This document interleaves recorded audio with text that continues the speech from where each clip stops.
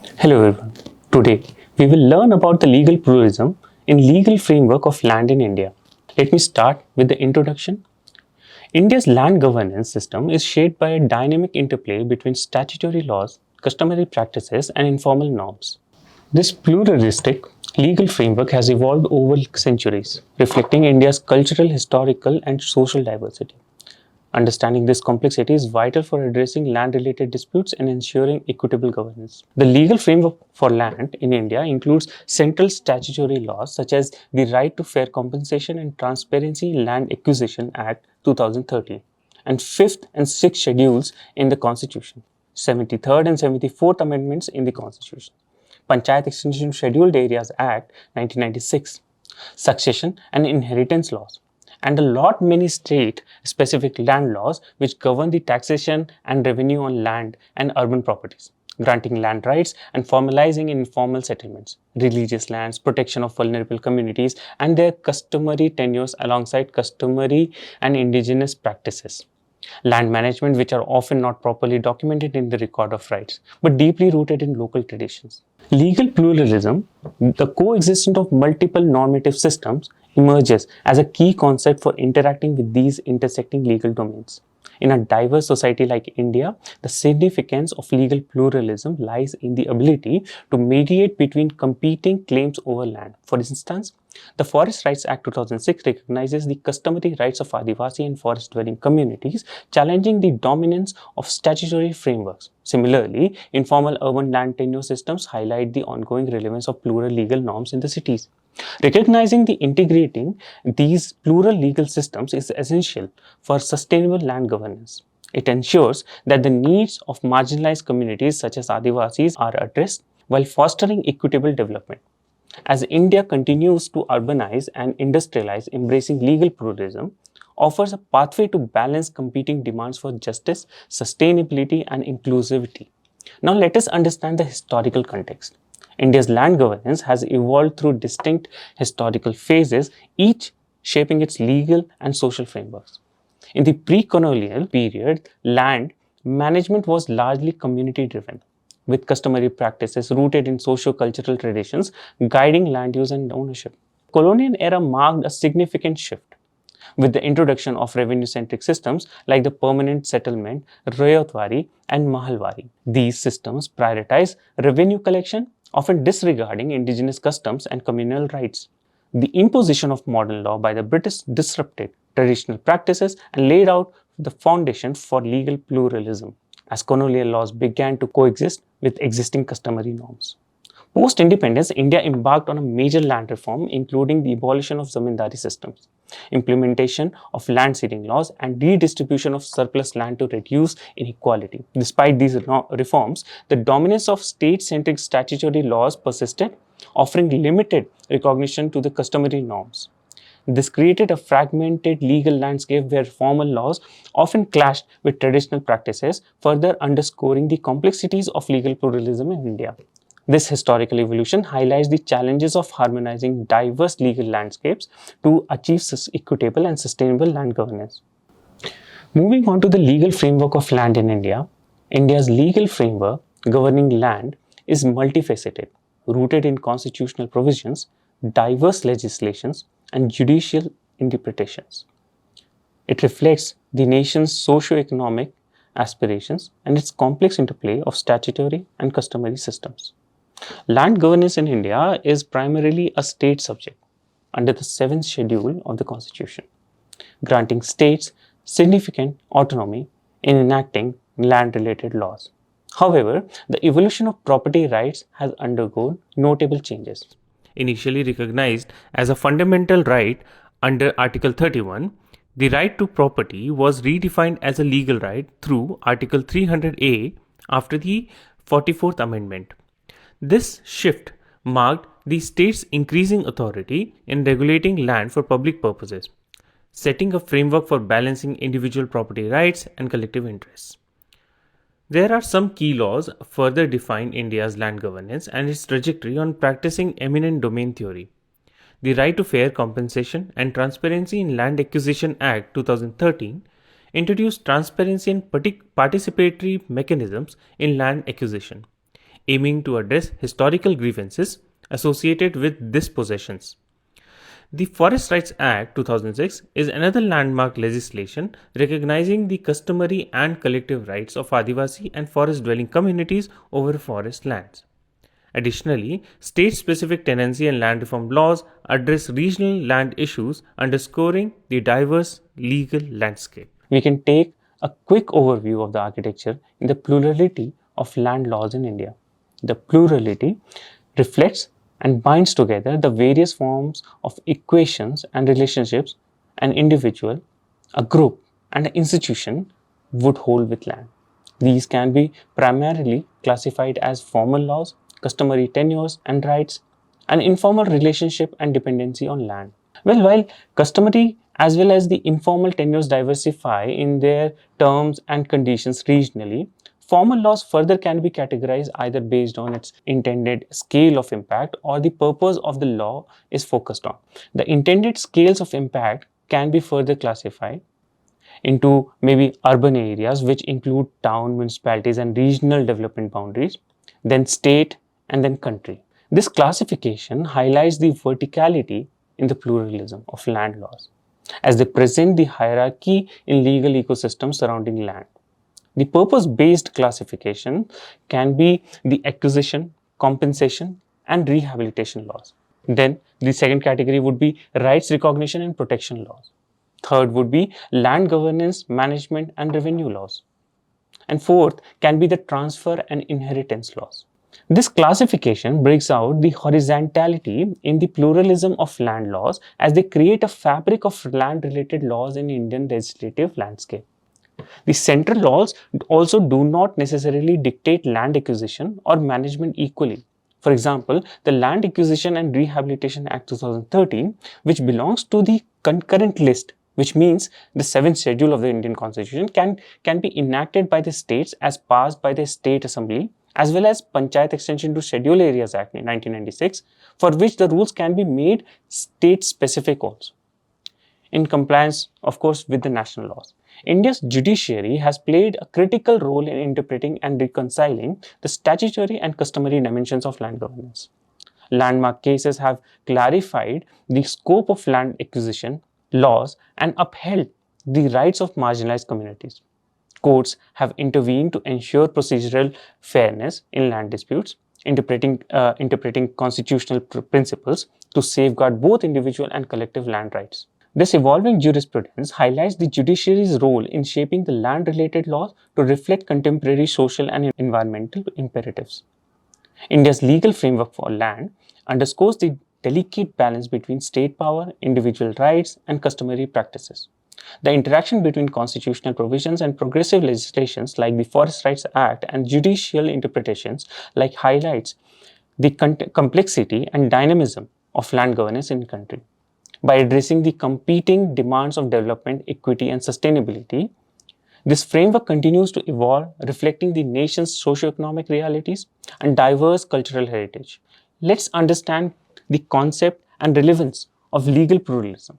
Legal pluralism refers to the coexistence of multiple legal systems within a single jurisdiction, encompassing state laws, customary norms, religious practices, and informal rules. In India, this concept is deeply embedded in the socio-legal framework, reflecting the nation's cultural diversity and historic evolution. Legal pluralism acknowledges that state laws are not the sole source of authority. It incorporates customary systems rooted in community traditions, religious laws guiding specific social groups, and informal practices emerging from everyday interactions. These systems often operate simultaneously, influencing land governance and dispute resolution across rural and the urban. India's legal landscape is inherently pluralistic, shaped by its diverse communities and colonial history.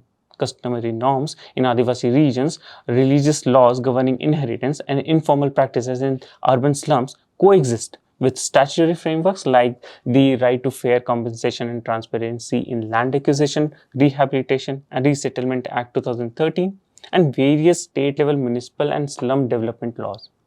These laws and customs overlap with diverse geographies and needs as well.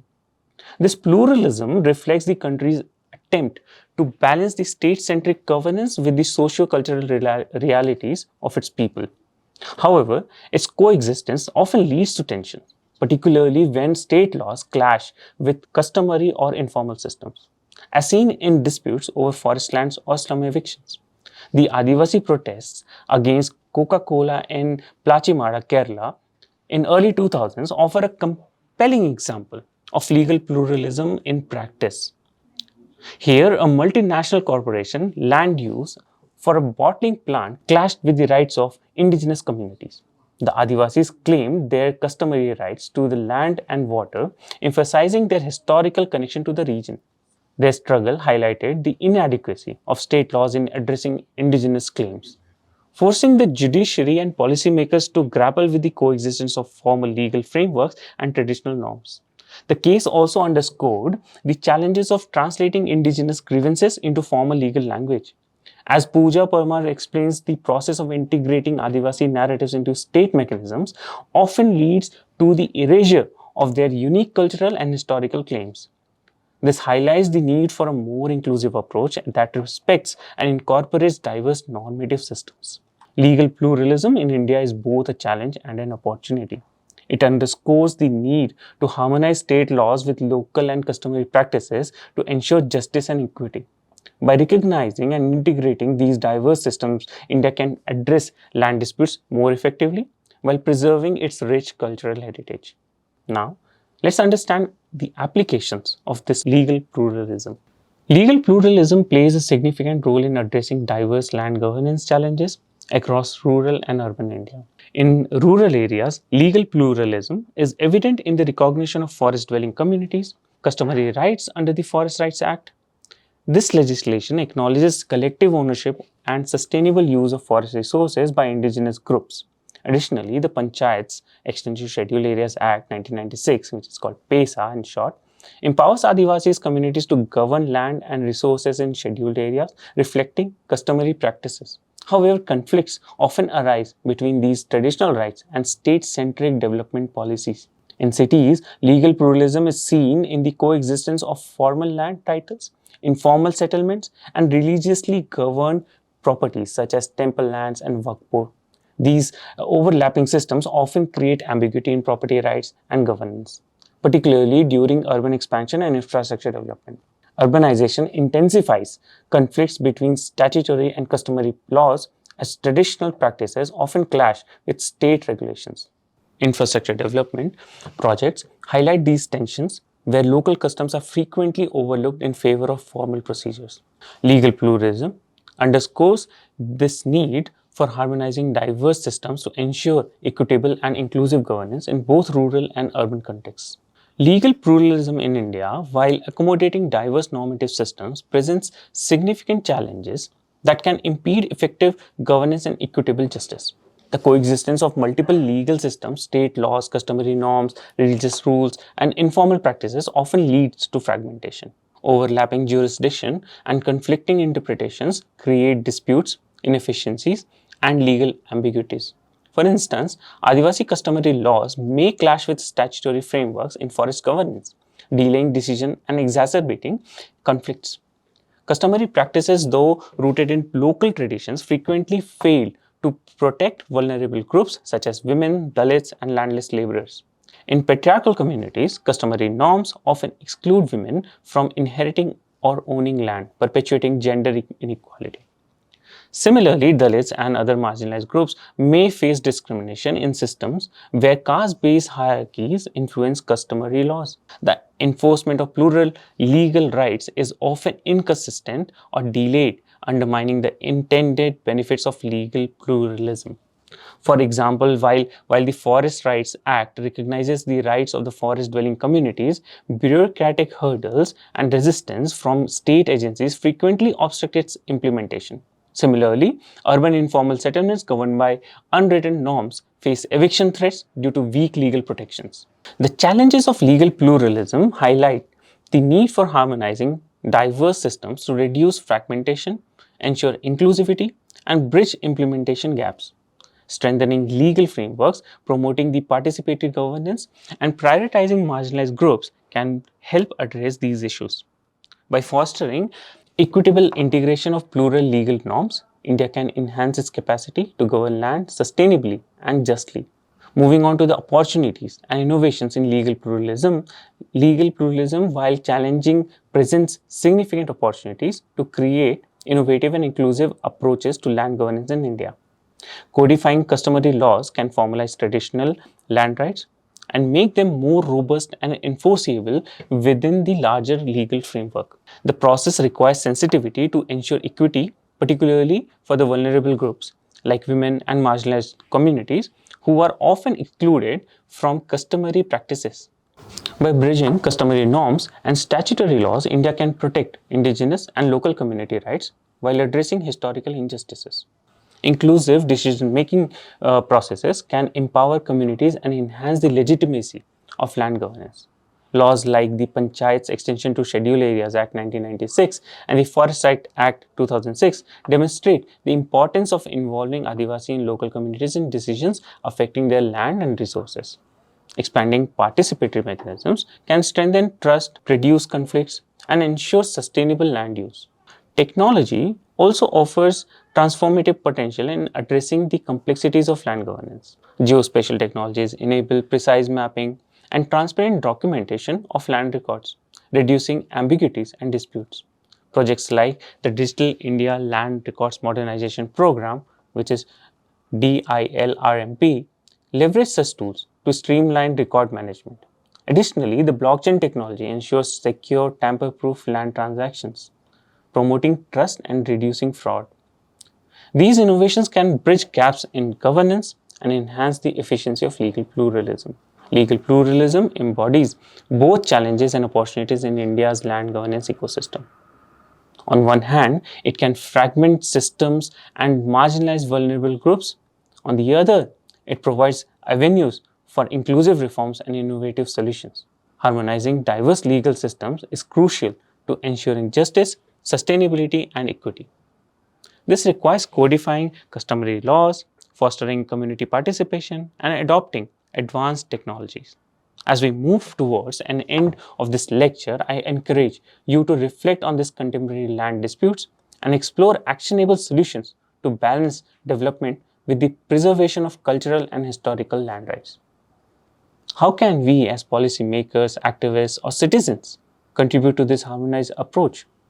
Your insights and reflections are invaluable as we collectively shape the future of India's land governance.